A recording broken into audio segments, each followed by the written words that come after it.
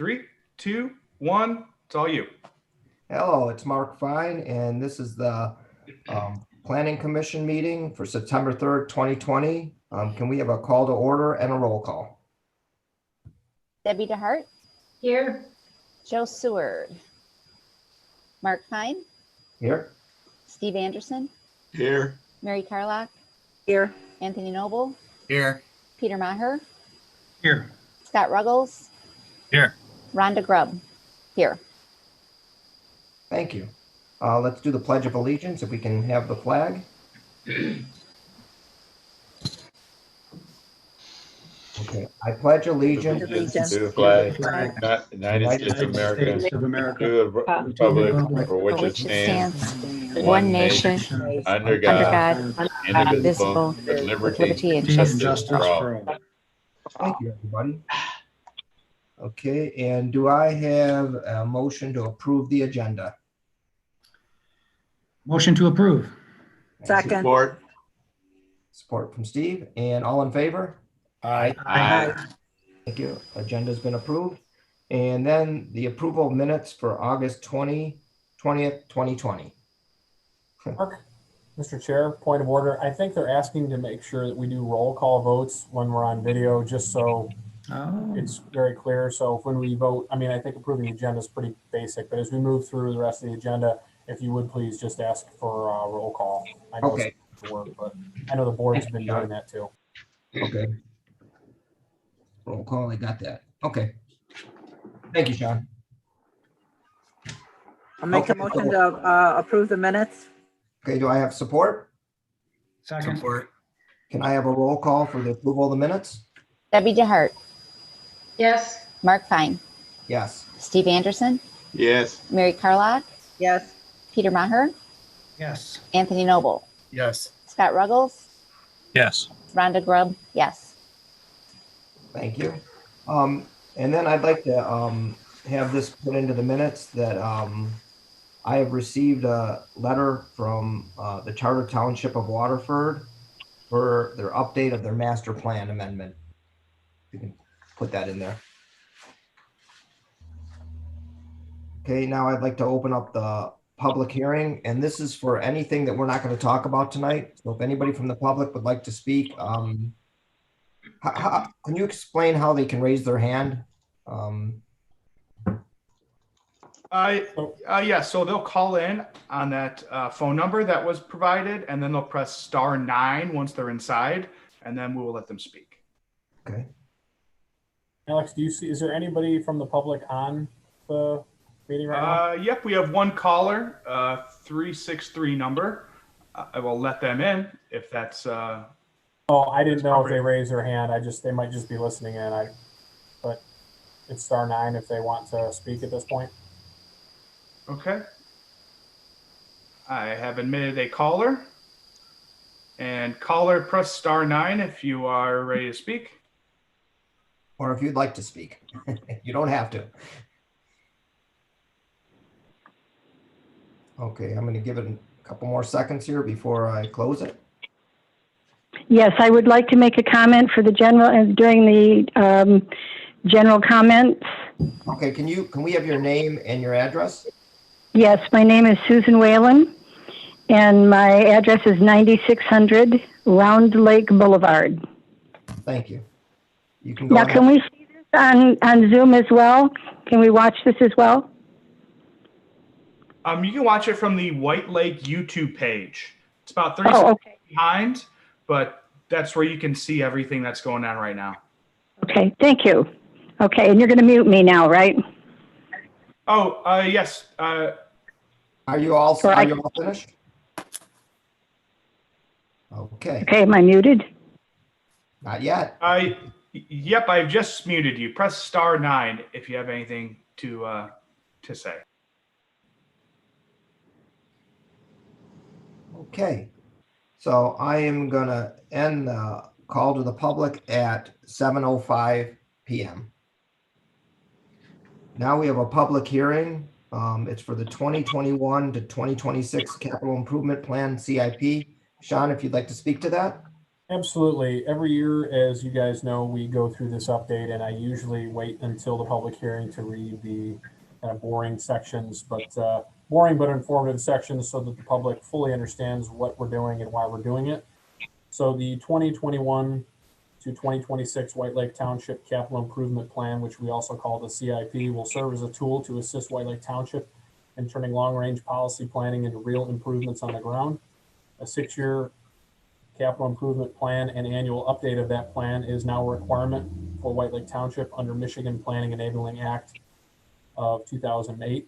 The following report identifies major capital improvements needed and or planned for the community, the time frame for implementation of those improvements, and the budget and revenue sources that will make those improvements a reality.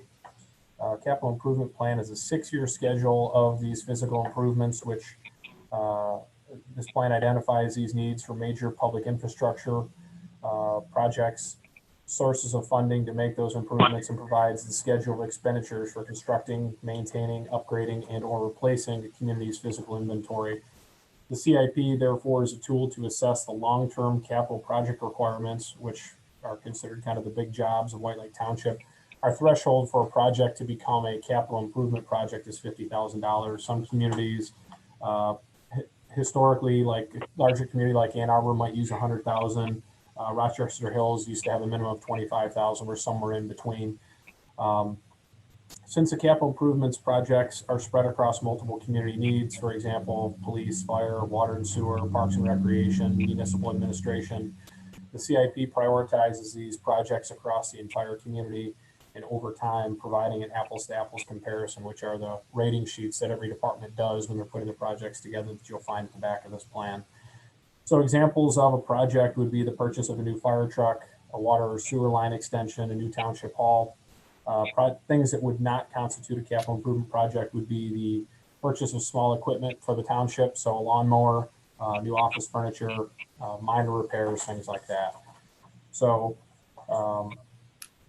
again, this is something that because of Public Act, Michigan Planning Enabling Act 2008, we're required to do. Any community that owns or operates a water supply or sewage disposal system, which we do both, is required to put a CIP together.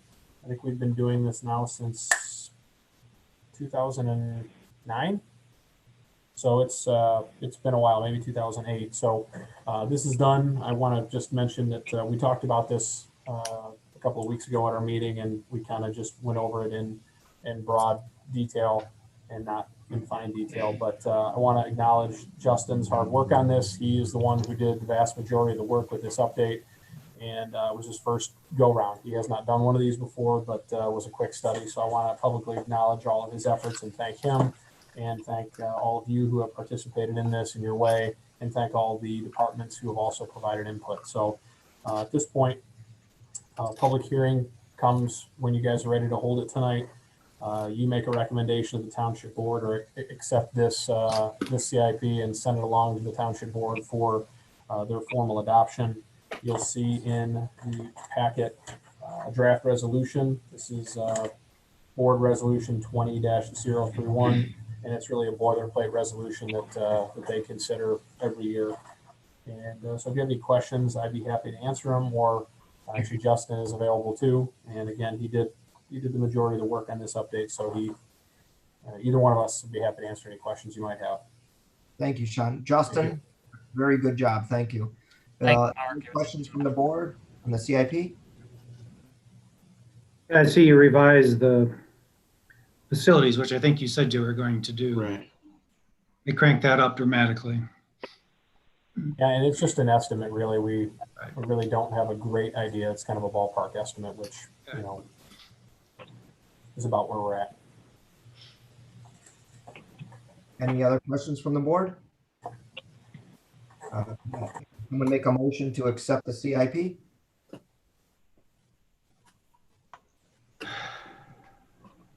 Make a motion to accept the CIP. So are we going to do this in 2 steps? We're going to accept the report, and then we're going to make a recommendation to the board? I think you would accept the report and make a recommendation of approval to the board. I would just ask that you formally open the public hearing before you move it along. So we are required by law to have a public hearing on Okay, this. sorry about that.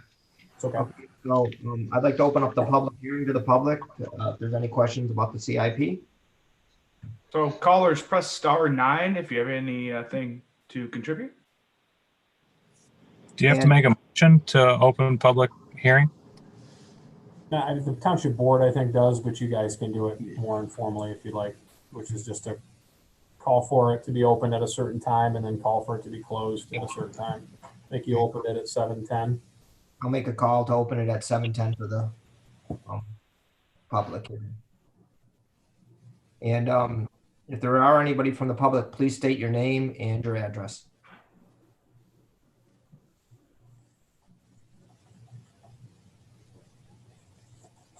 There's somebody raising their hand at 2304. Yeah, let's get them to unmute here. Okay, you're unmuted at 2304. Please state your name and your address. My name is Linda Crispin. I live at 1375 Midway. I'm watching our population as it increases, and we've got new families moving in all the time. I live in an older neighborhood, but we have a lot of young families moving in. And I see kids riding up and down just a little area in front of their house where they can bike. I really think it would be nice if Parks and Rec could think about the sidewalks. Kids could get to the schools. They could go into town. They could make it to the library. They could bike or hike or ride to school. We don't have many sidewalks in our whole township compared to those, in the area. I'd like to walk to the library. There's no way I can do that. I'd like to ride my bike, which would be even better, but I can't do that. We do have a lot of nice parks in the township, but unless I'm in a car, I can't get to them. We seem to be kind of lagging behind the neighborhood townships and having any pathways made.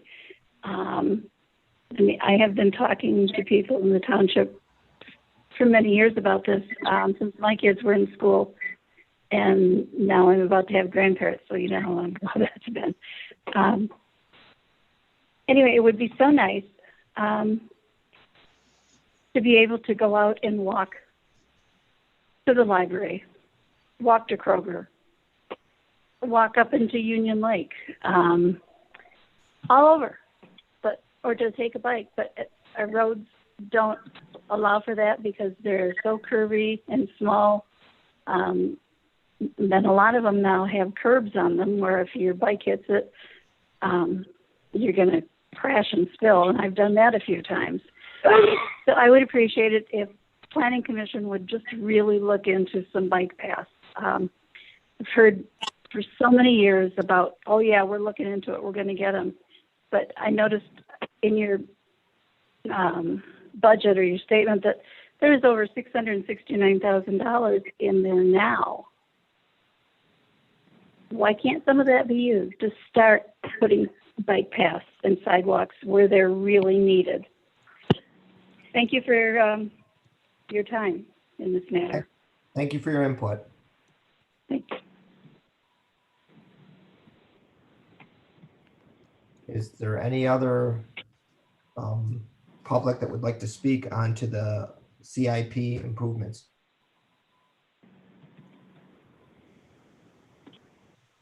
Mr. Chair, if I could really quick just address the last caller while we wait to see if somebody else raises a hand. There are several path projects or sidewalk projects included in the CIP. That is a goal of the Parks and Rec Committee. It's just a matter of trying to align some of those goals with the budget and with, matching grants. You used to be able to pave a street for $1 million a mile. Now it's probably north of $2 million a mile, and a decent pathway is probably close to $1 million a mile. So there are funds available in the Parks and Rec budget that come from the millage that the voters supported, and we're trying to kind of match those up with grant opportunities to try to get as much bang for a buck as we possibly can. So I just want to acknowledge that she's correct. We do need more pathways. We do need the ability to reach more places without getting in our car. and that is a goal. It's just, it does take time. And some of the communities further south that are a little bit more developed, you know, are further along in their kind of pathway or non-motorized mobility evolution. Thank you, Sean. Okay, I don't see anybody else from the public, so I am going to close the public hearing at 7:16 p.m. Hold on just a second, Mark. I was just thinking Yep. that it might help that we make the notation how we have changed with the development as far as for homes and everything else, that they do create sidewalks, you know, for that. The problem is that some of the older subdivisions don't have those. So it's a situation where you can have a sidewalk for a period of time, and then you'd have to get off that sidewalk to get back onto the roads. So, you know, as we continue to go to develop new residential developments, that will assist as far as having some type of a pathway that they can be able to use. And then they'll just have to be able to determine exactly if they want to use those for that time period, or you know, figure out what the best route is so that they will be able to use it and not be in danger. Thank you. And council, it appears that we have a caller 5682 that has raised their hand. Okay, please state your name and your address.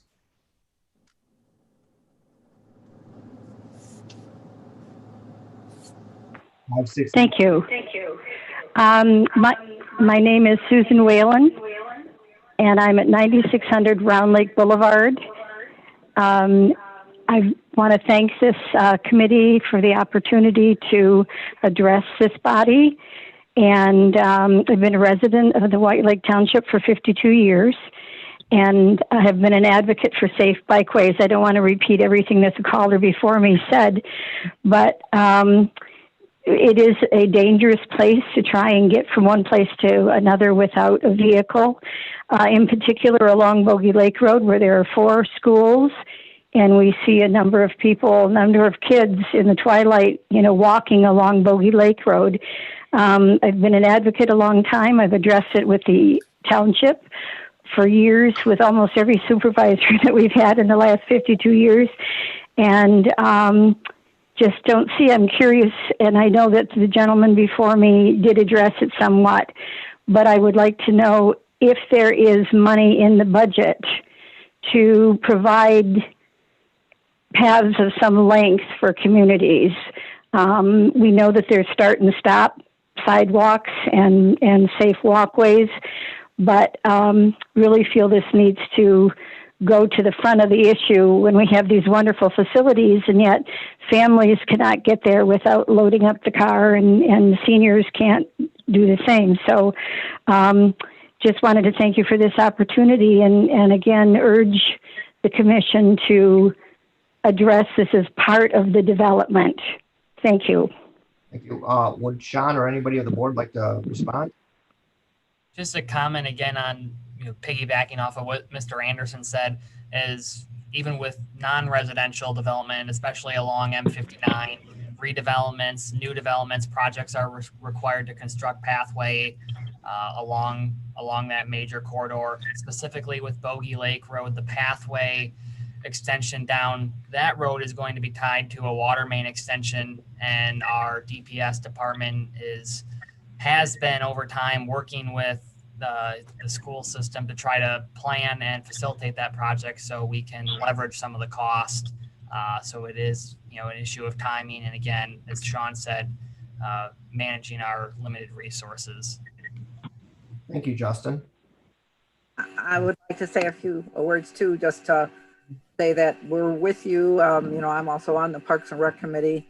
It's way more tedious than it should be to do that, but we have definitely have Bogey Lake Road, Taggardine on our radar.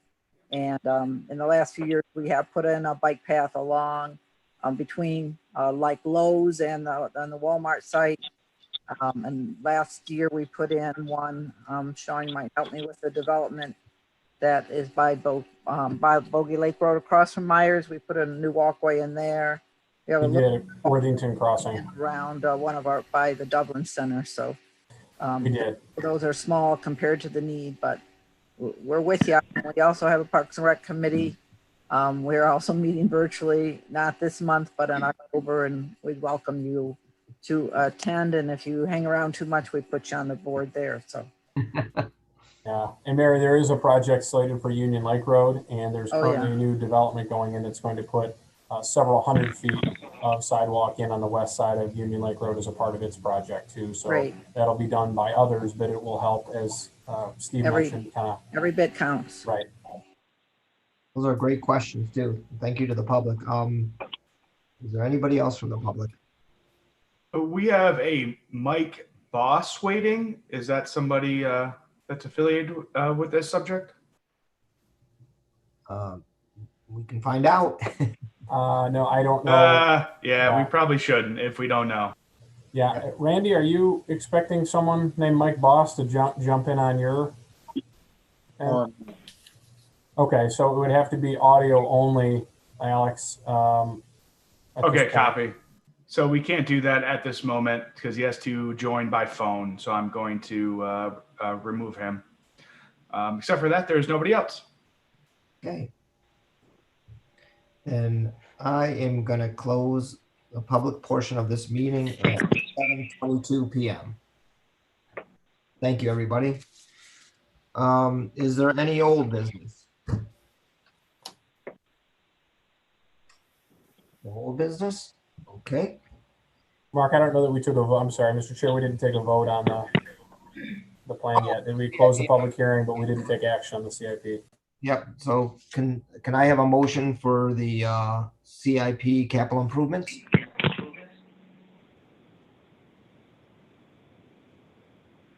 Pete, you're muted. I would make a motion. I move that the White Lake Planning Commission, both, I don't know, that's why I was asking before, if we can do this as one motion, but we accept and approve the capital improvement plan for 2021 through 2026 and recommend to the township board that they accept this capital improvement plan. Do I have a support?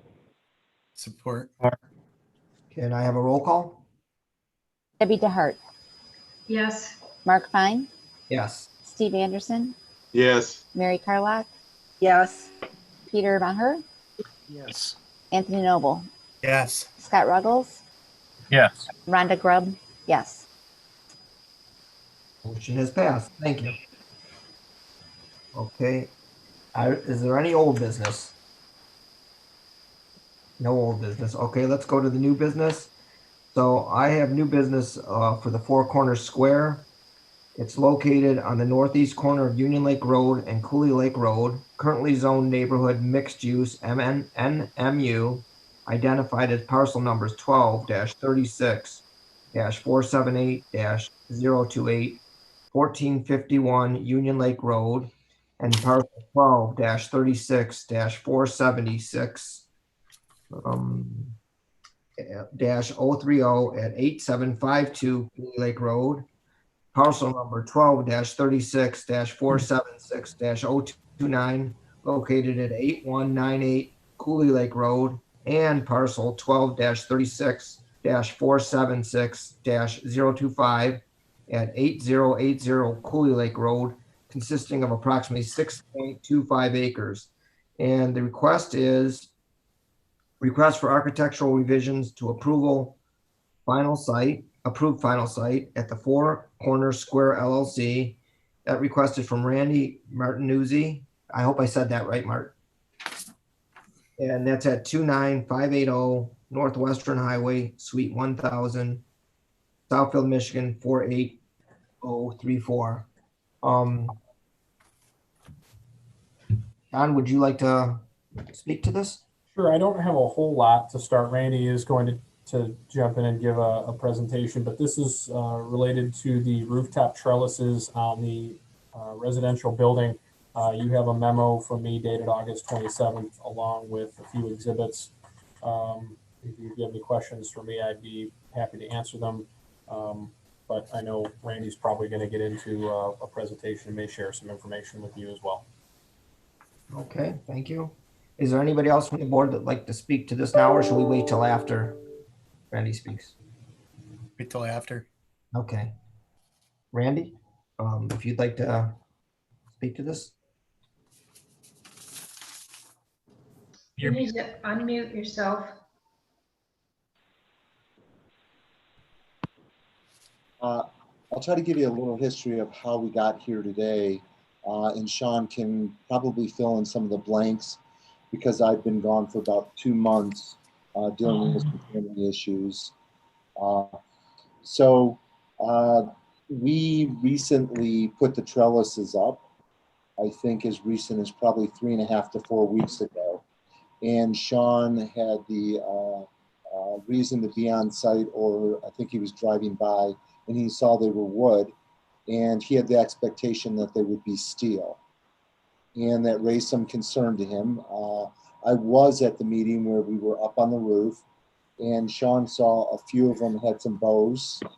Some of the 4x4s had some bow in it, and he was concerned secondarily about whether the finished product and how it was going to hold up. Is that a fair assessment as to how we got here, Sean? I would say so, and I just want to point out the reason that I was concerned that they were of wood was because of the July, which is why we're here tonight, because on July, I think 18th of 2019, the Planning Commission made a motion that specifically required that they be made of metal, or at least wrapped in metal. So that's really at the crux of it. That's the request that you're making tonight, Randy. Okay, so there definitely is, I had the opportunity to review the minutes, and I saw where I think I had said, or somebody had used the word metal. So in the original drawings, well, you'll know that, first of all, that we have originally put up the retail center. And the retail center is a steel block building, and everything on the retail center, all the trellises are steel, okay? I believe that was just a matter of the way it was designed, okay? Now, with regard to, and that was probably designed a year and a half before the final prints for the residential was done. So I did go back after this issue came up. I went and I pulled the March 16, 2018 drawings that were submitted prior to even that meeting. And I looked at the sheets and tried to look at it, and they show the trellises. And I could try to share my screen with you. I've never done this before. I'm not an expert at Zoom. I saw a little button that says share screen. I can try it and see what it does. Okay, so I'm going to try right now, if that's all right. Yeah, go for it. Okay. So I'm trying to see if I can. We can see it now. Yep. We can see it now. So this is the original prints that were submitted for plan review and that were approved. And it definitely said bronze cladding. Okay. And the date on that, if you can see it, is 3/16/2018. I can blow it up if it's too tough to see on your screen. I can see it. Okay. So that's the way the building was designed. The bronze cladding would indicate that it was probably a wood structure. So I went to the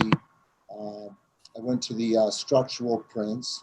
In the structural prints, this is sheet. I'm going to try to see if I can move you guys so that we can do this. I guess I can't move you. So this is sheet S404. S404, and this is also of the approved set that was put in. And in this, it's going to show that it was a wood product made of 4x4s and 6x6s, and then some 4x4s, and then we have 2x2s at the top. Okay. Randy, you can stop sharing this and go back and then go back to that screen if you want, so we can see that. Yeah, I that's all I really wanted to do. I just wanted to make sure that we kind of set that up. Now, I'm not sure if I can get rid of share screen.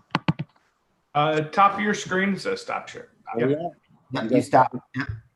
So that's kind of, I think, why it was built the way it was. Okay. And to come in 2019, just so you know, the history behind the 2019 is, I think many of you know that we had some environmental issues out there that a lot of people really helped us to fight through. And we had some just blow ups of budget. And I came in last summer to ask if we could delete about 30% of the masonry and replace it with a siding, which you guys approved. And for whatever reason, we also, in that same meeting, we discussed about the trellises as well. I had asked to remove the trellises as well as the spandrel glass, I think is the correct word for it. And you guys approved the removing of the spandrel glass, but not the trellises, because you wanted me to keep the conformity of that with the whole, you know, to keep the synergy of the retail and the residential. So that's pretty much where it is. And then I'm not sure if this actually had to do anything with how Sean got involved, but there was an issue that was addressed in 2018 with our engineer, because if you look at the drawing I showed you, the drawing that I showed you does not have any connection details. Okay, it's very terse. It shows the products, but for the structural, it really should have had some type of a connection detail.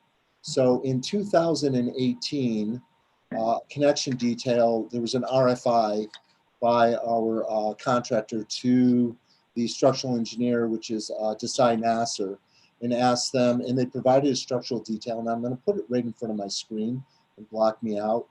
And in this structural detail, they specified a product by Simpson, and the product, I'm going to show it to you really quickly. We submitted it today, but it probably didn't get to you. Give me 1 second. So here is this is a steel, whoa, okay. I am not sure why I can't get this on. Okay, there we are. You got to hold it in front of your body, Randy, or it's going to pick up your background. Hold it lower. Take off the background and then we'll be able to see it. There we are. Background. So this is a steel tie system. It'd be very much like a joist hanger that you would see if your building inspector was to look at it. So that detail, and is what it ended up being, is they ended up giving a drawing like this. They revised the drawing, and this is the sheet revising the drawing. Can you turn off your background? Yeah, I'll try. Let's see if I can figure that out. Go next to stop video and click the up arrow, and then choose virtual background and then choose none.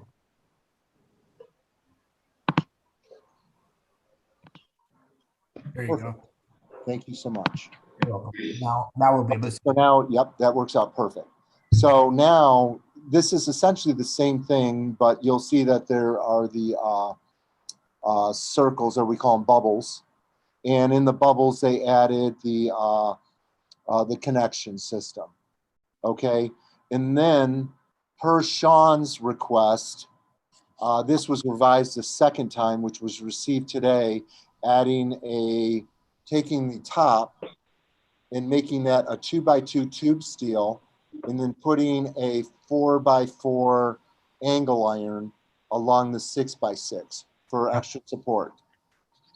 So, because there were the questions about Sean, because we had seen a little bit of bowing in some of it already, and we definitely shared Sean's point about the little 2x2s at the top and how those would hold up over time. They weren't going to add. We ran this through the structural engineer, and it was not to add the 2x2s. We weren't adding any weight or anything that would change the connection the building and the integrity.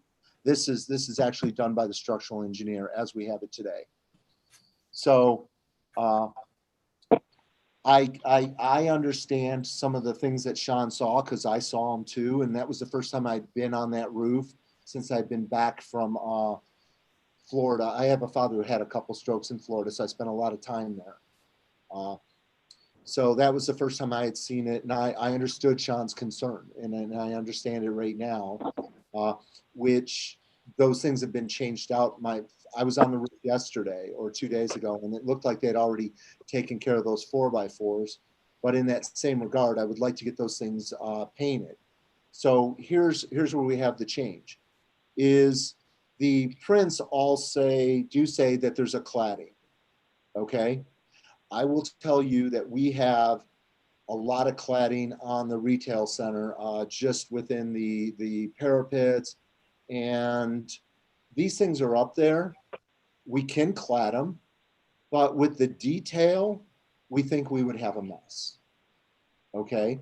And we would just have, we would have a mess with caulking, everything that would be with it. And our intent in what we had been advised to do, and we told Sean about, was we were going to paint them. And we do have, there is a Sherwin-Williams product, and I did not realize that you were not going to be at your offices. I knew we were virtual, but I believe it had been delivered to your office, a piece of wood that has the paint that's somewhat of a rubberized paint. And then on top of that, you can put some type of a polyurethane product that sprays on that makes it shine. It'll give us that steel. And honestly, assuming that we're not looking at the fact that we were going to use tube steel through the whole thing, which understand that the roof is all done, the building's all dried in, all the connections are made, to change it to a tube steel, which, you know, I don't doubt that I could have said steel when we were talking about that, because the trellises, without having looked at the drawings, because of the fact that the other building is steel. There was no intent to mislead anyone or to confuse anyone. The drawings had been submitted over a year before that showed everything in wood, and the drawings that we had on that day that we were looking at showed that it was a cladding. So, you know, I apologize, and I think I would hope that everyone would think that I've always tried to be sincere as I approached you and what I was talking about. I know a lot of you have been on the board from the inception of this project. So I'm asking, and I guess before I ask my question, I want to, without being too potty mouth here and running too long, this is the crown jewel of our portfolio. Okay, this project is, this building by itself with its thing is topping $15 million. Okay, no more complaints about money, no more complaints about anything from me. It is what it is. Everybody tells us it's going to be successful. You guys have helped us out in some value engineering in the past. And, you know, we are where we are on it. I would say that the misuse of the word steel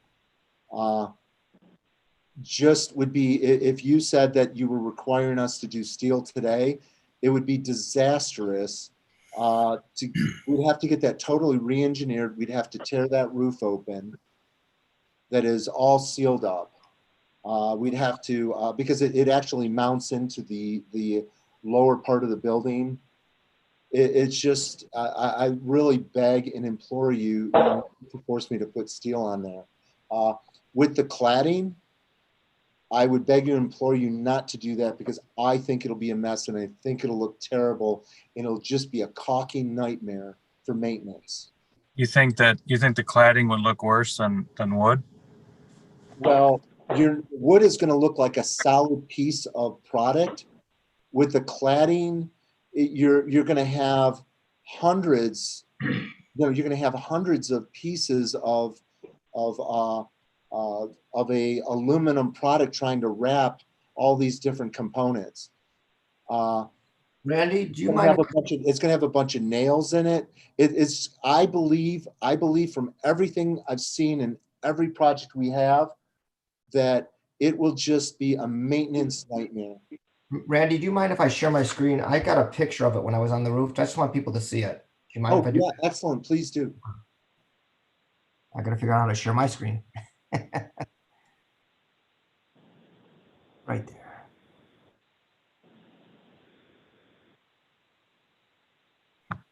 I've got something. Give me 1 second here. My screen is in the way. And I do have a picture also that I could probably send to myself and open and share my screen if you can't find it. No, I've got it. I'm gonna share screen 2. I know you can't see it yet, so give me 1 second. Can you see it now? No. Okay, give me a second here.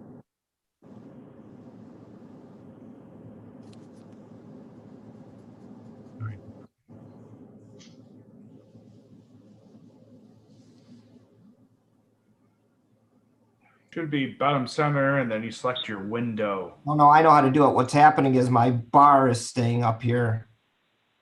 Oh, okay, gotcha.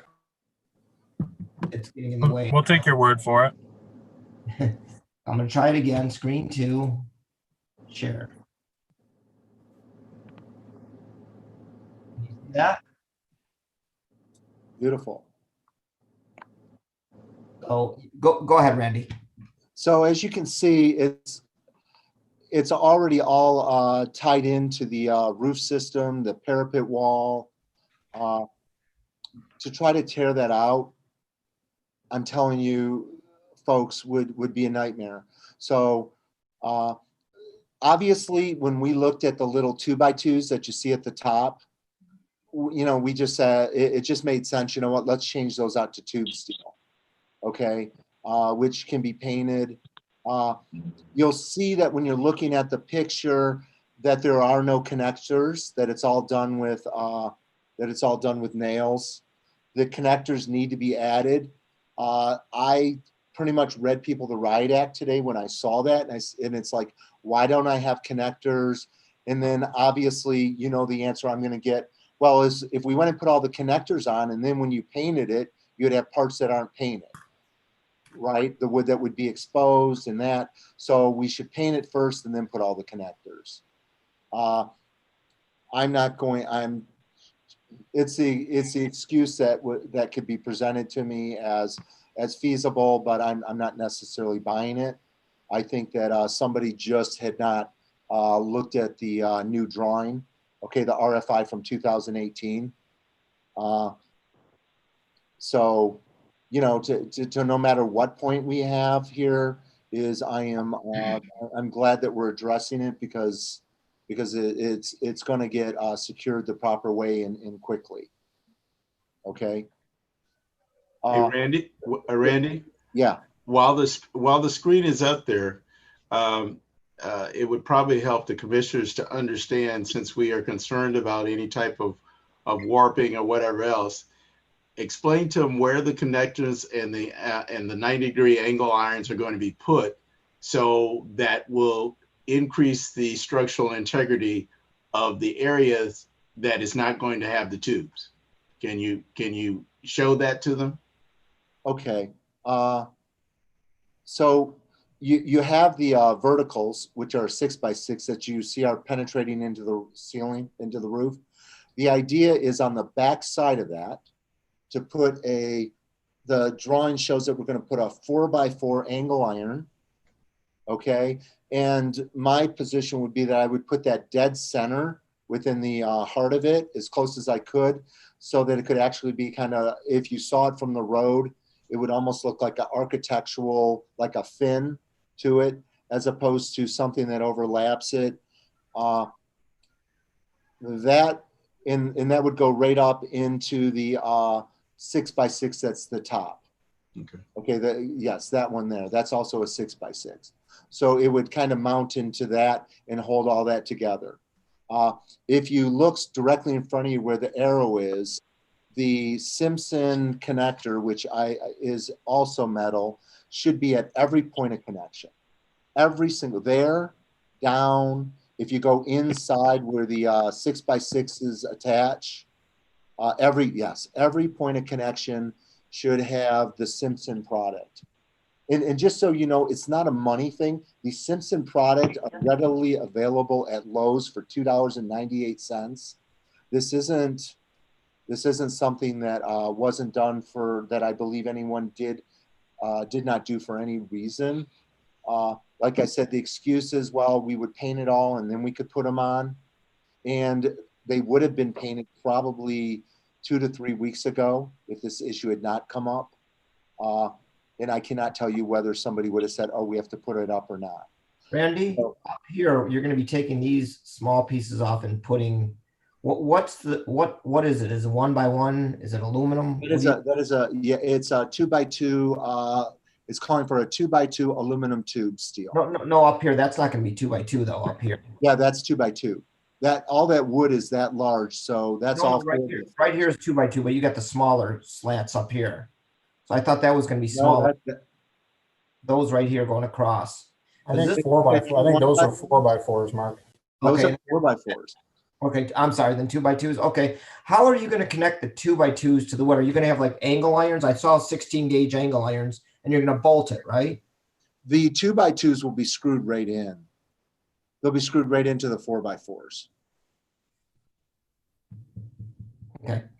Where you have your arrow on, that is a 4x4. Okay. Yep. Okay. I know it doesn't look it because you're looking. If you saw a street view, you can see that this is it's a.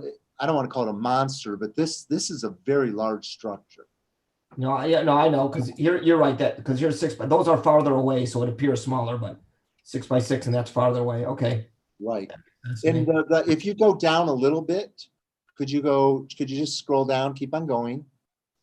Keep on going. Okay, right where there is a 4x4. Okay, right in the middle there, that middle piece. Right here. Yeah. And I think that's where Sean saw the sagging. Okay. Correct. So, I mean, I wouldn't want to put a 4x4. My plan doesn't show it. I wouldn't want to put a 4x4 on that because you have to realize that a 4x4 in wood is nominally about 3 inches and 5/8, and a 4x4 out of steel is actually 4 inches, so it'd be bigger than the wood. But if it would make everyone more comfortable, we would have no problem on the back side of that and going from product to product, mounting a 3x3 angle iron. I think that's a good idea. That would be totally acceptable. I don't think it's putting any burden on the system. I would obviously run it by the structural engineer because he figures all the loads and make sure that the weight is not going to be a load issue. And if for some reason he said to me, hey, 3x3 is too much load issue based upon running it through a formula, I would just go with the 2x2. I mean, I would do whatever I have to do to make Sean feel a little more comfortable. But probably the thing I didn't want to lose in here is that this Sherwin-Williams paint product almost comes off as a rubber, and with the polyurethane, and we think that, remember, this is our building that we have to maintain. This is our crown jewel. We can't have a building that looks horrible. We're going to be as up on maintenance as you are, as you would want it to be. You know, the last thing that I think you're ever going to see is saying that something's peeling, you need to go up and paint it, and here's your violation from the building department. That is not, I just hope you don't think that that's going to be the issue, especially when you look at the grounds and the way everything's being taken care of in the retail building. So, you know, that's pretty much my presentation so if I was saying anything here, I would say I want to paint it instead of putting the cladding. I mean, ladies and gentlemen, look at all the pieces of cladding we would be doing to try to clad around all those 4x4s. And just with the winds that are up there, what it could look like in years or even in months. As, you know, because with cladding, you use a very small little nail that I just don't think it'll be a better result. Mark, you got a metal fabricating and mechanical engineering background. What do you think?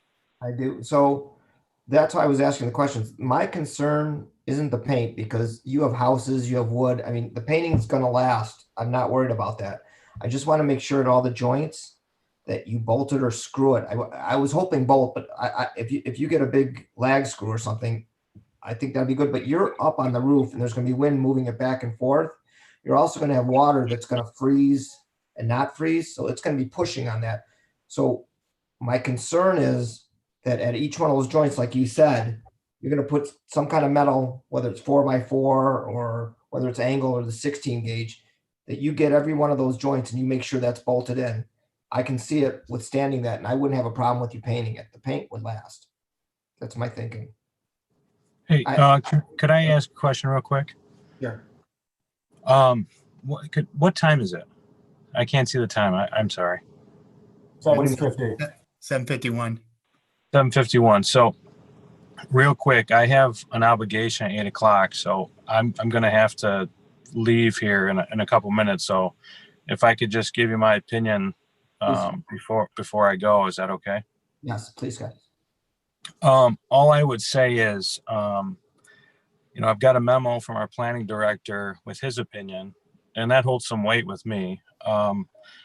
So taking that into consideration, plus the fact that the planning commission approved a plan that we thought was metal along with the township board.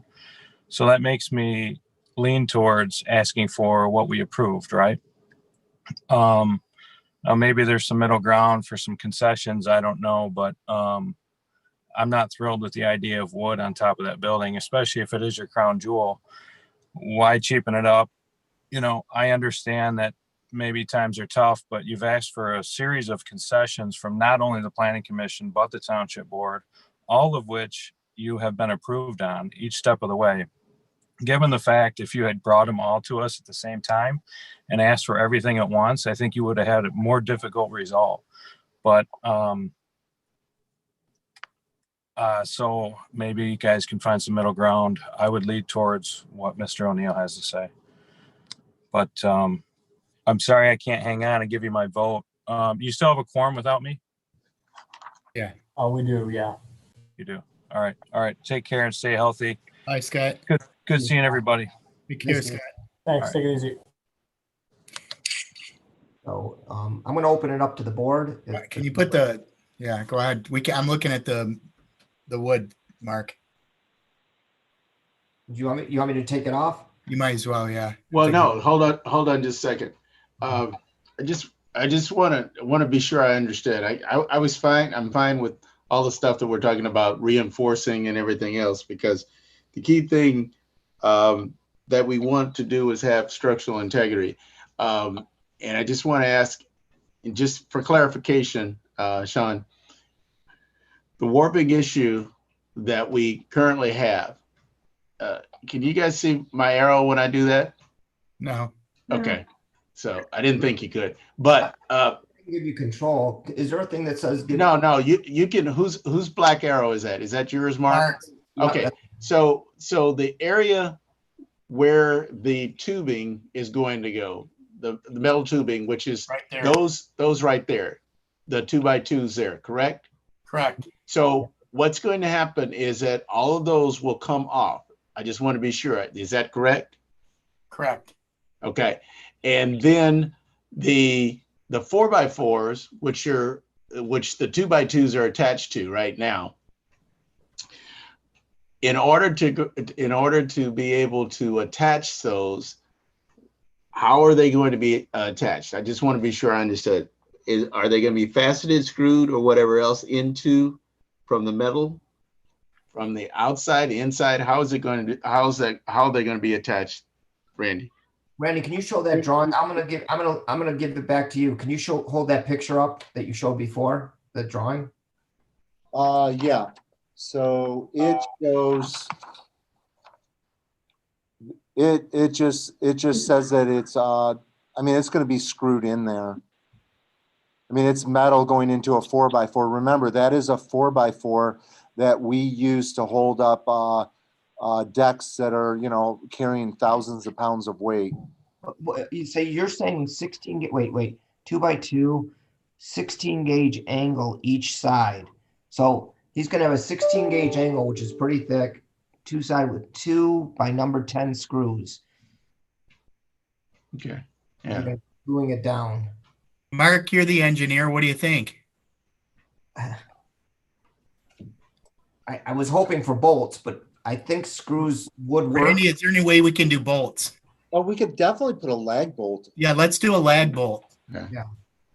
We would feel more comfortable with a lag bolt. Right. Because the lag bolt is definitely going to go ahead and create a, it's going to be larger, and it's going to actually allow for that 2x2. Naturally, you're going to put it in the middle to go ahead and anchor that, but that lag bolt and everything else is going to spread more of that 2x2 and keep it from any type of warping.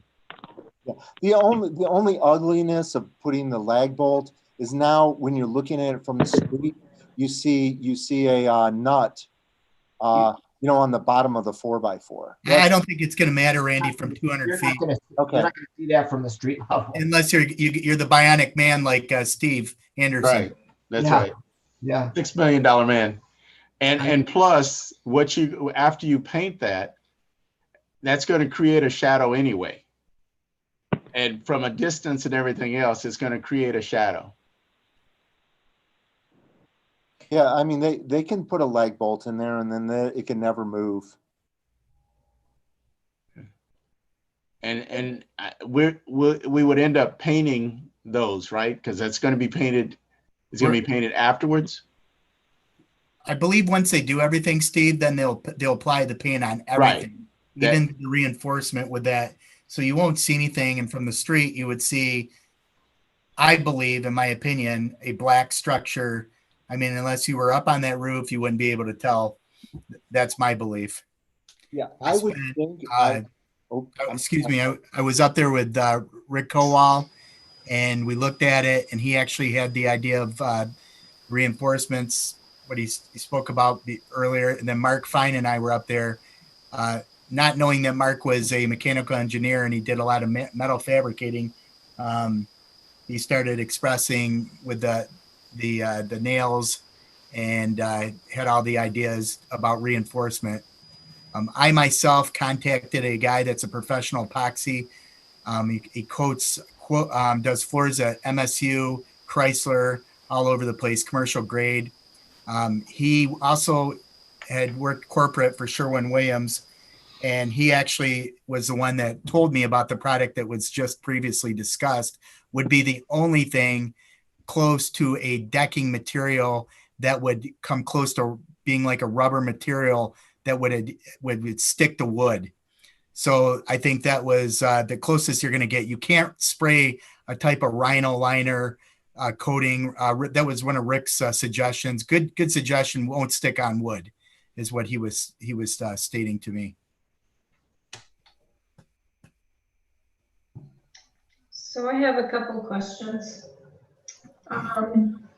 Originally, you showed us the drawing tonight that said those were going to be clad. That was on your drawing, bronze cladding.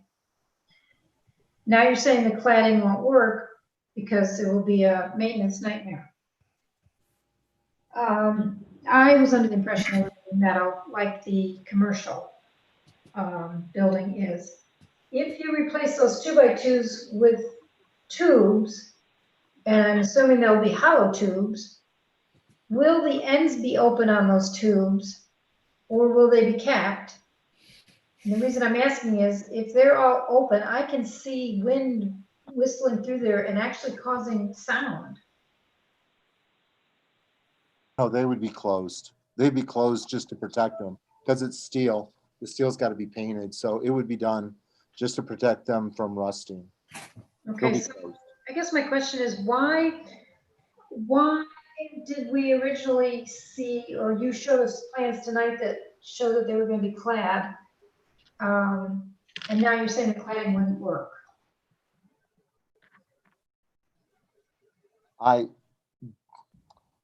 Architects sometimes design things And that's why on the field, we value engineer and we fix things and we make them better. It's our position that, and we were told that cladding them was just going to end up being hundreds of little pieces of steel trying to wrap these, and that's just, that it's going to be, it's just not what we were advised to do. I mean, cladding just doesn't make sense. The painting option with a rubberized, this paint that is being used is called Super Deck Exterior Deck and dot coating from Sherwin-Williams. This thing is just supposed to be the material. It is what you paint. It's what's supposed to hold up. I mean, they talk about like lifetime warranties. They say that it can be used to cover old wood, and it's just the product. Debbie, can I say something? I spent quite a bit of time on this the last few days looking into this, and there's, I know Randy doesn't want to talk about finances, but I'm gonna speak about them really quick because I have a couple projects that I'm involved with outside Oakland County, and since COVID's, I'm going to use COVID, but since COVID hit, it is a pricing thing because materials lumbers went up. Sean and I have discussed this. Steel, I'm pretty sure that went up. Workers, you can't find workers. People cannot find workers now because people are staying home. It's just backed everything up, and it is a cost thing. They're not going to tell you that, but I'm going to tell you it's a cost thing probably at this point. Mark, you could probably back this up, being in this, fabricating business, but it would probably be double the cost. With, I think we have 4 up there, complete structures. So if I'm looking at that, let's say they're 20,000. I don't know what your cost is, Randy, and wood. I'm going to guess right around 17, 18,000. Now you can double that and then times that by 4. That's a tremendous amount of money. So I get that. That's what we have to ask ourselves. Meanwhile, as I stated in the previous meeting when Randy came before us, and I did state no more changes, but the world has changed. COVID hit. We didn't expect that. No one expects it. We're all sitting on computers right now, correct? That's a fair assumption. So that being said, I think we have to take that in regards when we're dealing with developers, money, banks, because as we're speaking right now, interest clock is ticking on these developers, and not just in our township, throughout the country. So I think as townships, cities, municipalities, and planning commissioners, we have to take and kind of look at ourselves on the other foot of that, what the tremendous amount of pressure they are. A second thing, Mark and I we were walking through the building and we found a fire that had taken place. I'd like to note with the amount of vandalism that's been done on that building. I spoke with Chief Keller. They do what's called a focus patrol. That's patrolling in a certain area which has been impacted by crime. So one of their officers, thank God, was driving through there, spotted a lady, started a fire. He was able to extinguish that fire. It would have put the place up millions of dollars down the tube, and we'd be looking at a mess right there. So I would like to thank the White Lake Police Department and their staff for diligently patrolling. So there's so many variables. I mean, it's not black and white. We're operating in a gray zone right now with the way the world is. And that's all I got to say on that part. I could go next.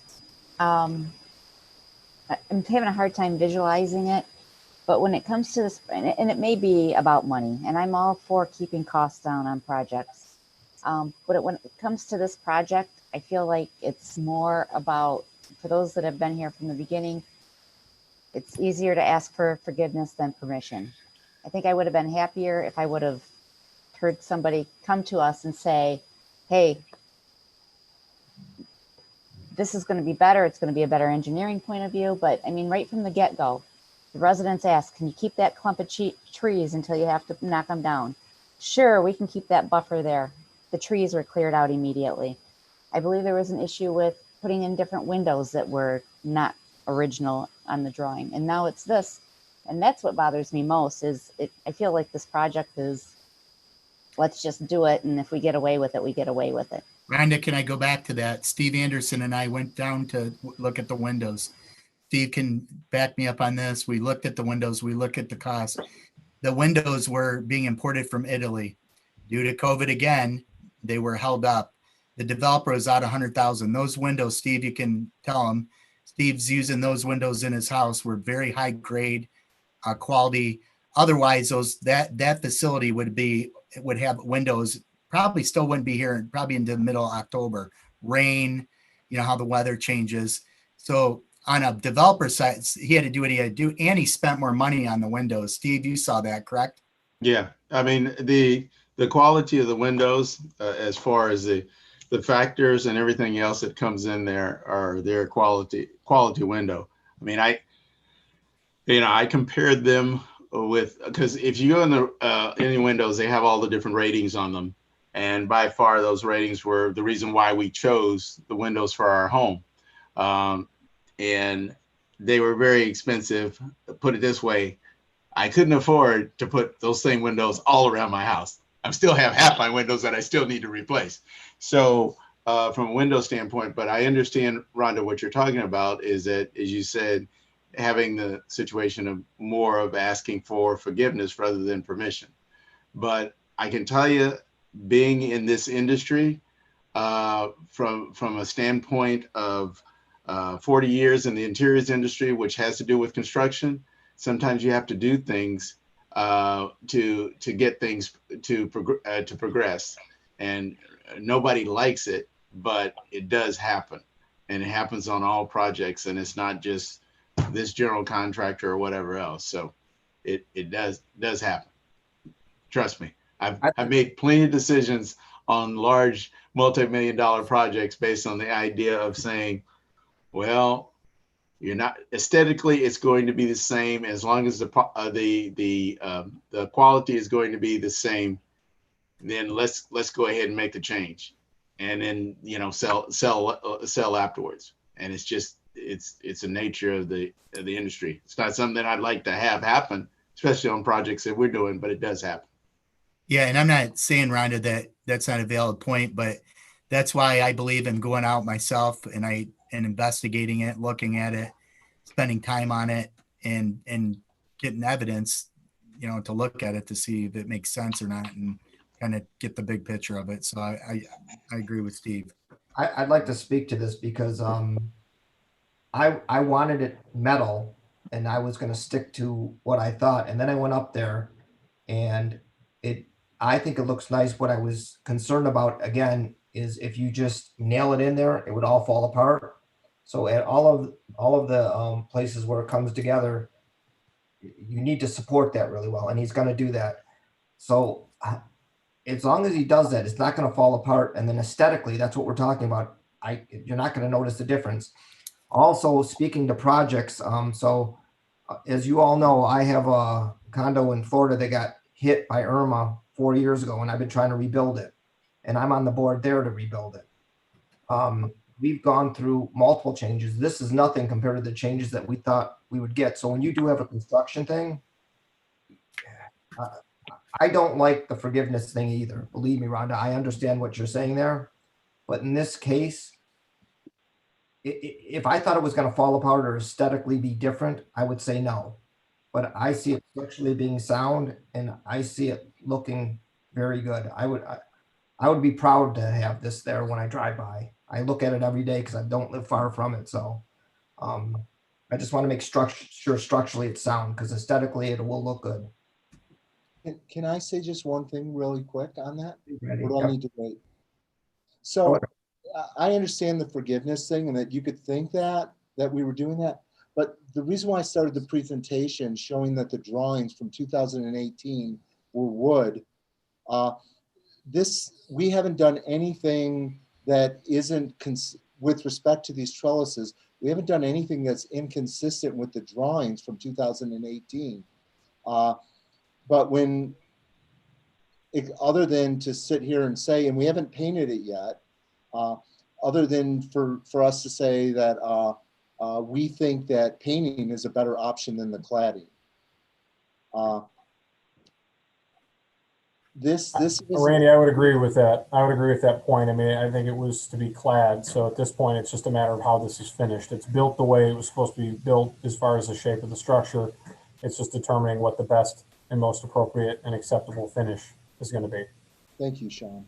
Yeah, you guys, from a clad standpoint, I guess the best way to describe it would be a patchwork quilt or a puzzle that's putting together and then trying to be sure that you could caulk it so that it doesn't look like a puzzle or a patchwork quilt. That's what cladding does, because you can't, it doesn't mesh together well. Yes, ma'am. I'd like an opportunity to talk. There's been a lot of men talking all night and on. So please apologize. I've been waiting a long time. I also have been in construction for 40 years. One thing I see all the time, because I work as a landscape architect, are decking and wood structures and how nice they are when they go in. And then, like, if you look at the Lansing River Walk, I mean, it's a disaster. And obviously that's not finished, but you just think about what it's going to take to replace that. It's very expensive. I still think that bronze clad, somebody wrote that, somebody made a decision. I don't see that as wood. I don't know what it was supposed to be, but Sean, as far as construction plans that came into the building department, what was on those, and did we see those and approve those? These are drawings from a couple years ago. What came into the building department prior to the building permit? That's a good question, and I don't think I can answer that at this point. I think that our impression was that these would be metal as of July of 2019 or clad in some sort of metal. So I don't know, this isn't something that the building department at the time the permits were issued was, I mean, this is an architectural feature. It's not a structural feature. So I don't know how right, so they might not have looked at it. Right. I mean, this is more of a planning focused item than a building department focused item. So I don't exactly know how it came in. I just know that your motion originally talked about it being bronze or clad or metal finish. So it and could then have been steel. Clad might be cladding the structural pieces before it's assembled. Obviously it's a mess to try to clad something that's, a trellis essentially. I don't know. I guess I always thought it was metal. It is a large structure to make into metal. I don't know. I'm done. I can see the cost. I understand COVID and I understand cost overruns. I sell a lot of new construction, so I am also familiar with construction. I do know that decks on homes that are made of pressurized treated wood, as this is, do tend to split and crack and heave and warp pretty quickly. It's amazing how, especially you're out there in the elements, the sun is baking on that all day long, they do not look great in a few years. I understand you're putting the top of the line paint on it.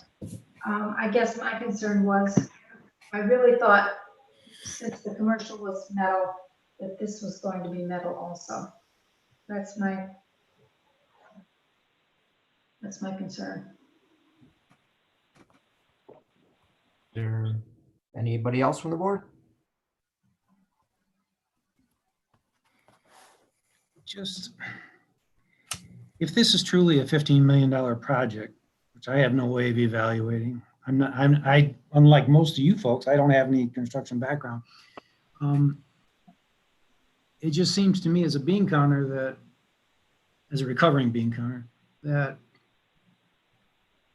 if they were to let something like this, the fear is deterioration, it becomes unsightly, it just detracts from the appearance.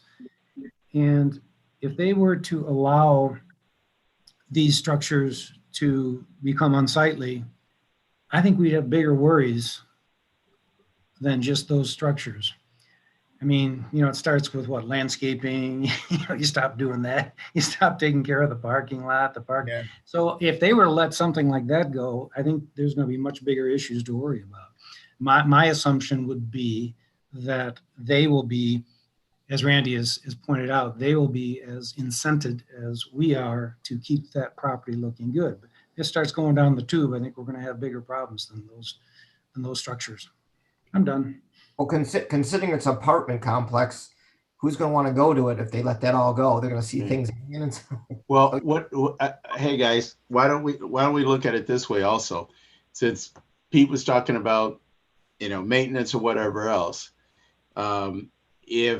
If we decide to go down this way and then we incorporate some type of maintenance into the motion or whatever else, so that we can feel comfortable and have them agree that if for some reason we see some warping, we see this, or we see something that we don't feel is right from this standpoint, if it's a year down around, 2 years down the road, or whatever else, that they will be able to address it, so that way we'll know that it will still keep that same prestige. What's the hammer, Steve? I'm sorry, pardon? What's the hammer? The hammer is, if it doesn't look good, then they won't be able to charge $1,600, $1,800 as far as rent. It's not like it's not like the situation where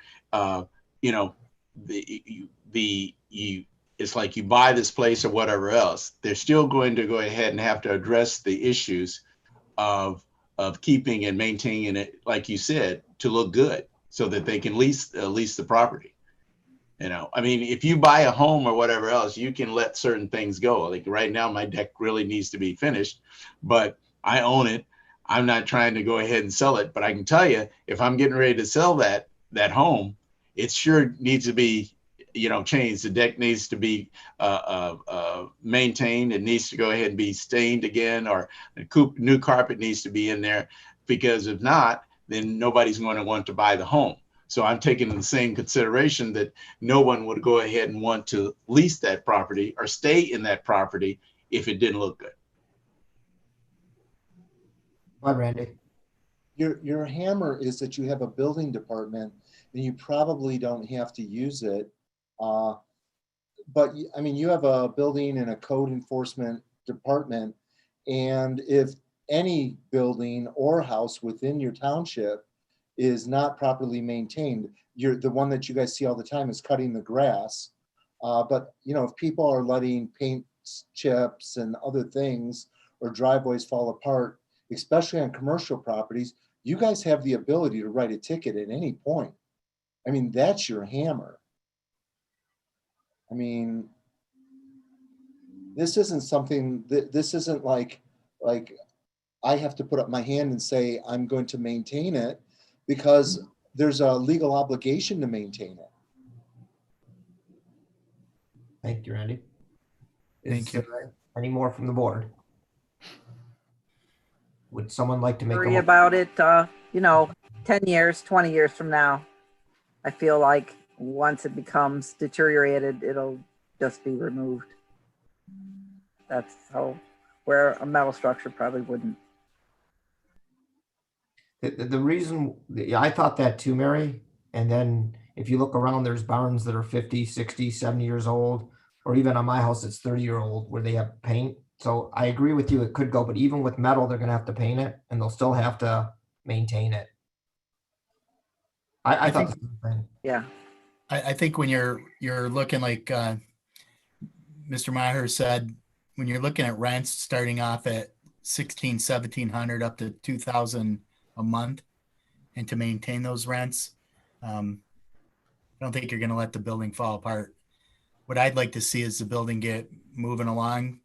I see a lot of danger with just that fire I spoke about, kids going in there. I'd like to see the thing get buttoned up before the weather breaks. Somebody gets up there and gets slips and gets killed. That would be more tragic to me than the trellises and stuff. I'd like to see that happen first. When I saw that fire, I saw what could have been a big, humongous eyesore that all of us would have driven by and been sick to our stomach over. And I'm going to go back to COVID again. The world's changed. We don't know what's in front of us. And that this has just been an obstacle. Now we have to work within that gray zone. I think that's what we're doing today. Anthony, I want to speak to that fire because you've been talking about it. I don't see things like that regularly. That thing could have made me sick. We walked by this window, the whole window cracked, it was lit up.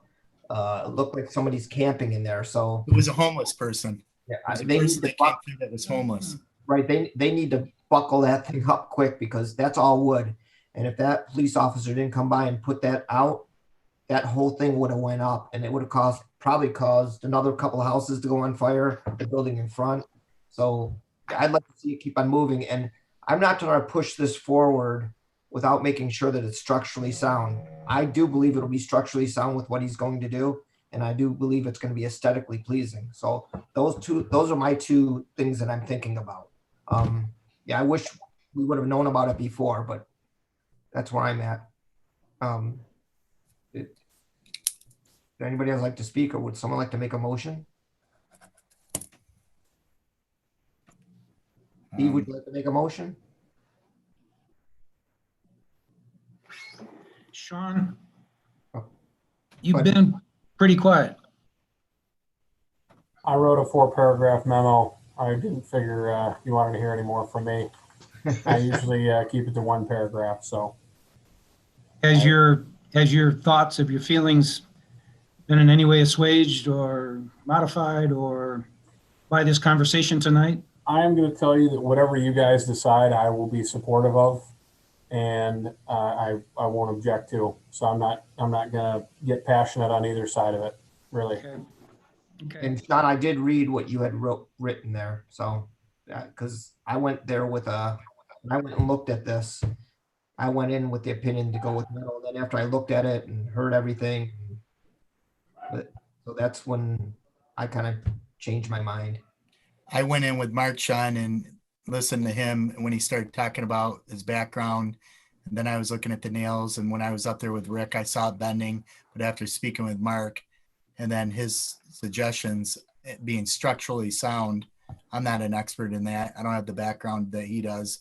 I felt more comfortable with it after that. So that's my opinion. So it was a good pickup that you picked up, John, because they can't leave it like that. There's no way. Are we replacing, if the planning commission decides that the wood is okay, are we replacing the current bowed timbers? Yeah, we're going to replace those current bowed, Sean. Right, I think they need to be pre-treated before they come out so they don't sit out there because, to Debbie's point, the wood goes south quickly, not in months, but in weeks. And we'll be back because it's not just one. There are multiple heavy wood beams that are bowed. One of the things that has changed, obviously some of this will be metal. The smaller pieces across the top will be metal, so it will not be completely wood. And, obviously the maintenance is something that, we're focused on with all projects, not just this one. So it'll be something that we'll continue to be focused on. Randy, I have a question for you. How fast could you get this? We would like to see this, like Sean said, those bowed pieces changed out, that thing structurally sound and finished in a very quick effort by your part. How fast? Okay, I was on it 2 days ago or Wednesday, whatever day was Wednesday. Today is Thursday? So it was yesterday. Okay, so I was up there yesterday morning. I went up on the roof and looked at building A, which is the building to the east. There's not a bowed piece of wood up there. So, and there had been. So I know that they changed those. I did not go on the waterfront building. So if you're asking how quick can it be changed, it can be changed tomorrow. Okay. How fast can we get what we talked about tonight changed? Everything reinforced as we spoke tonight, and the coating material painted on it. I think that a 4x4 angle is probably readily available. Okay, the 3x3 would also be readily available. So I don't think that's a big deal. They could just take a cut saw. But I think the bigger issue is going to be that they're going to have to pre-drill all the wood to accept they'll have to pre-drill all that. Let's say a week to 2 weeks, worst case scenario. if there's anything vote, I wouldn't touch it until then. I probably, while I think that it was just an excuse for having failed to put the support brackets up, the metal support brackets at all the things, at all the joints, while it was like they said, well, it's going to be painted first. I think that I would probably paint it and then come back and have those all pre-painted and put those in, just so that they could do it. Because I would like to see the entire structure painted before they put those little parts on, unless I get different opinion from Mr. Fine. I'm going to defer to him on how he would do it, because he is the engineer. Well, I'm very careful about being the engineer for your project, so you have an engineer for that. Okay, then I would say I would defer to my engineer.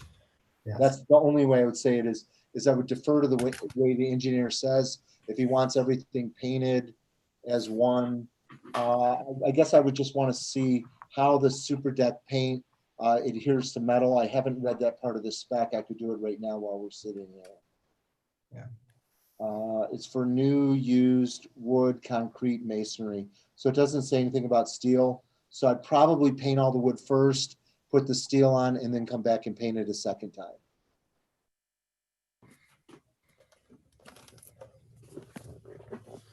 Okay. Is there any other questions? Okay, would someone like to make a motion? I'll do it. Okay. Okay. I move that with regard to the project, the development project known as the Four Corners Square, that the White Lake Township Planning Commission approve changes to the rooftop elements, specifically to a wood base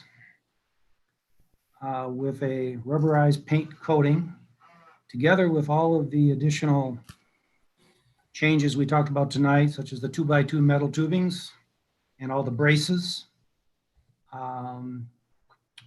that we amend and approve of these changes for the final site plan on this project.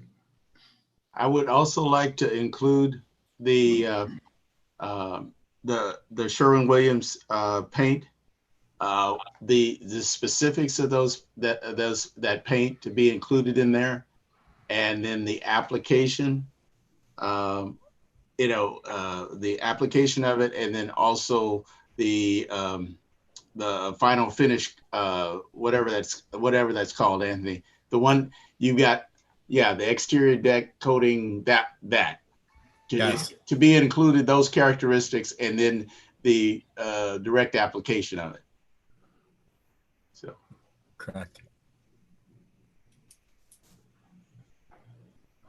Mark, you're muted. You're muted, Mark. Not anymore. I'd like to include the lag bolts and the bolts, no nails.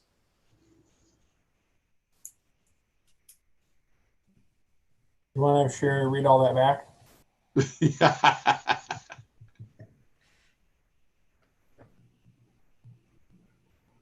Sherry's muted. There she goes. Sean, I've got it all. I'll have it cleaned up and go over the YouTube video of it to make sure it's perfect. Okay, sounds good. I'll support it. Okay. I'll second it. Can I have a roll call? I said that. He made the motion. I already did that. Oh, I couldn't hear you. You lag time. Can I have a roll call? I think Rhonda's muted. Yep. Debbie DeHart, No. Mark Fine, Yes. Steve Anderson, Yes. Mary Carlock, No. Peter Maher, Yes. Anthony Noble, Yes. Rhonda Grubb, no. That's 4 yeses and 3 nos. Correct. I think that motion passes. Am I correct? Yes. Okay. Yes. The motion is passed. So, Randy, do us proud. Okay, thank you so much. Thank you, Randy. You all have a pleasant night. Sorry it took so long. Thank It is you. important. Thank you. Okay, do we have some liaisons reports? We didn't have a ZBA meeting. Okay, no ZBA. Parks meeting. We've been busy at Parks. It's fun stuff. I'm happy to have Justin. I keep telling him that because that kid's on the ball. So we have recommended to the board a firm to use for the master plan for Stanley Park. That would be Beckett and Rader. So they were priced, they weren't the lowest price, they weren't the highest price, but we felt that the committee felt that they were going to do the best and represent the township well.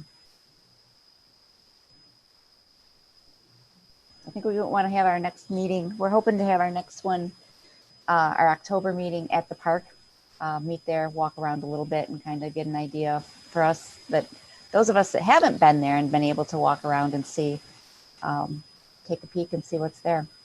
Looking forward to it. That's all I have. Thank you, Rhonda. Thank you, Rhonda. Is there any other reports?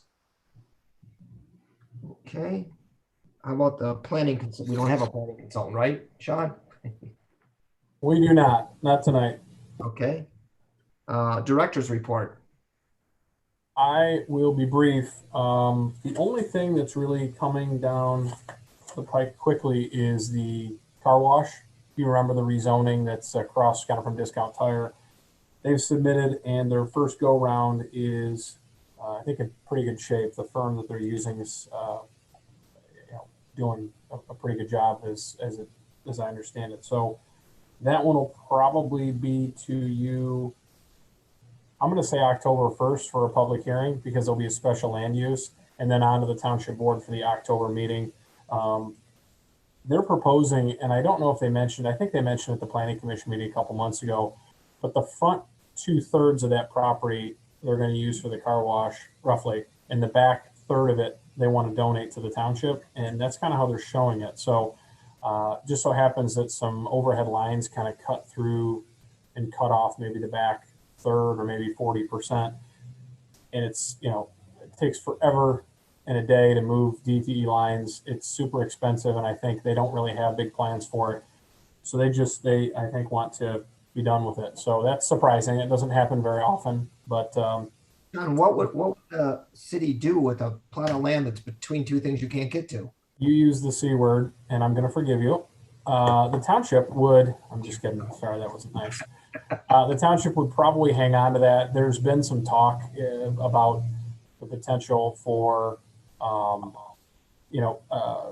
a driveway through there that would kind of be cross access. If you look at M59, there's cross access either in the front or in the back, from parking lot to parking lot. But if you look at like the Discount Tire, you look at the, Bell Tire, the dance studio, this property we're talking about, and then the vacant property that's currently where Brendel Septic runs, there's no cross access. All those buildings are built to the road. And, there could be an opportunity to get some of that traffic cross accessing without going on M59 and still leave a sizable buffer between, the homes there. So there really wouldn't be an active business use. There might be through traffic. I don't know. It's been talked about. It's been kicked around. The township hasn't pushed this or anything, but it's been kind of a landowner discussion. So I don't really know. At this point, if the township board wants to accept it, we would potentially just hold it in our inventory. If they build the site plan the way it's shown, it would make it really unusable or inaccessible through the existing site that they are planning, they're proposing. So we'll see how that goes. I anticipate it'll be October 1st. I'll know more here shortly. We're still working on zoning ordinance amendments. Every month we talk about, do we send these? Do we wait till we can kind of get together in person and kind of look at some things? And every month it seems like we come up with something else that we want to change. So it's a fairly robust set of ordinance amendments, but we haven't forgotten about them. I want to thank Justin again for his work on the CIP, because I wasn't sure whether we get it here tonight or 2 weeks from tonight.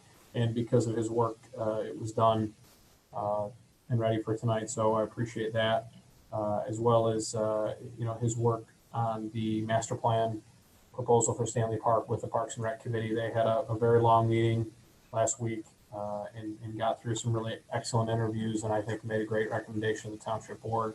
And so that'll be pretty exciting as it ties into our Civic Center.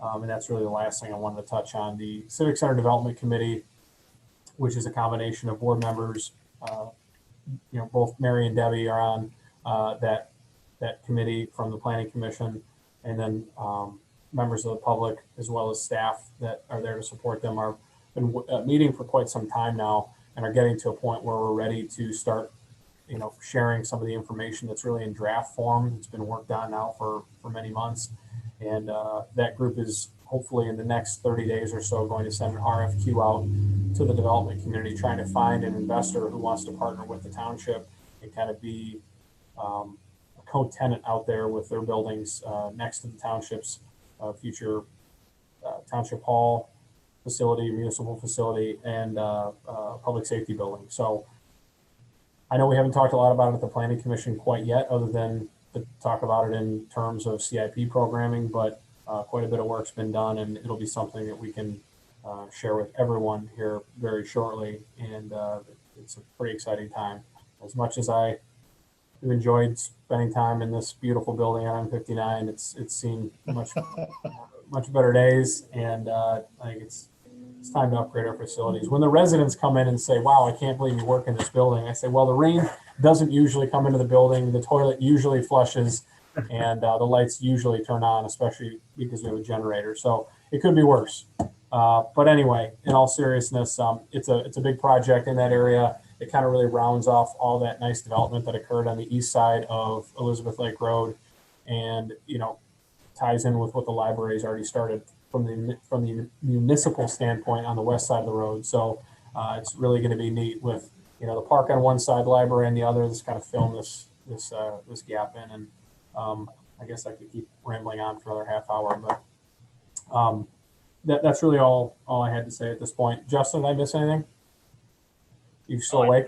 Yeah, I think you got it all. Thanks for the shout outs. It's all a team effort, and I'm happy to be on board. Oh, Justin, go ahead and take your kudos and just go, yeah. Yeah, Justin. Hey, Sean. Hey, he's a fine dancer too, from what I've heard. I haven't seen him cut up yet in the office, but. Does that mean he's on TikTok? Have they talked about anything about the start time for the roundabouts? So the roundabouts got pushed back till 2021. I'm sorry, 2022. Oh, really? We just found out about that. Which is unfortunate because we talked about, and a couple of the residents who joined us earlier talked about pathways and the Triangle Trail, which is what the supervisor is calling it, which is the kind of inside of the triangular shape from 59 to Elizabeth to Tegardine.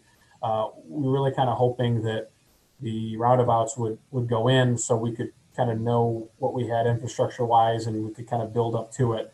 And it does not seem like that's going to happen until 2022. So we're talking about today, trying to maybe start deciding with the Parks and Rec Committee at the staff level where we wanted to start tackling some of those segments. And it's really hard to approach that intersection, Steve, because we don't want to put things in that are going to be destroyed during construction or torn out. So we're going to have to work with the county to kind of see how they plan to tackle, their pedestrian access to the roundabout and where they plan on putting sidewalks. I hope they plan on putting sidewalks. And all, Sean? Oh yeah, sorry, I figured I put you all to sleep. I can see all your faces, your eyes all look open. So good information. But so Justin's going to be talking from now on instead of you? I think he's probably more brief. You should see the letters he writes, though. They're very long, very detailed, though. Thank you, guys. For communications, our next meeting dates, September 17th, 2020, and then October 1st, 2020. I don't see any other business, is there? Nope, I don't think we're going to probably hold the meeting in 2 weeks, but I do think we're going to probably hold the meeting on October 1st, and probably remotely, though we're working with the attorney to just verify the legality of that. Okay, and do I have a motion for adjournment? I'll make a motion for adjournment. Support? Support. Roll call?